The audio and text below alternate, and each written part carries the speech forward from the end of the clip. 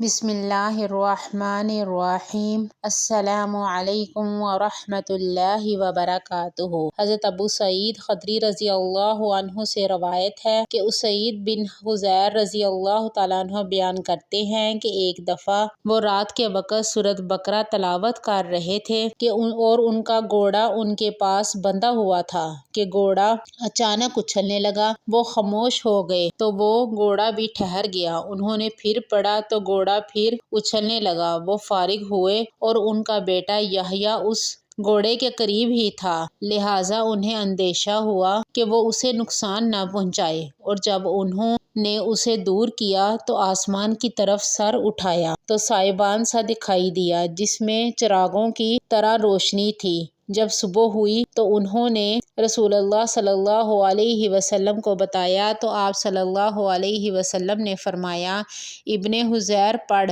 ابن حضیر تم پڑھتے رہتے۔ انہوں نے عرض کیا، اللہ کے رسول صلی اللہ علیہ وسلم، مجھے اندیشہ ہوا کہ اگر میں پڑھتا رہتا تو وہ یحییٰ کو رون ڈالتا کیونکہ وہ اس کے قریب تھا، لہٰذا میں اس کی طرف متوجہ ہو گیا۔ میں نے اپنا سر آسمان کی طرف اٹھایا تو اوپر سائبان کی طرح کوئی چیز تھی اور اس میں چراغوں جیسی کوئی چیز تھی۔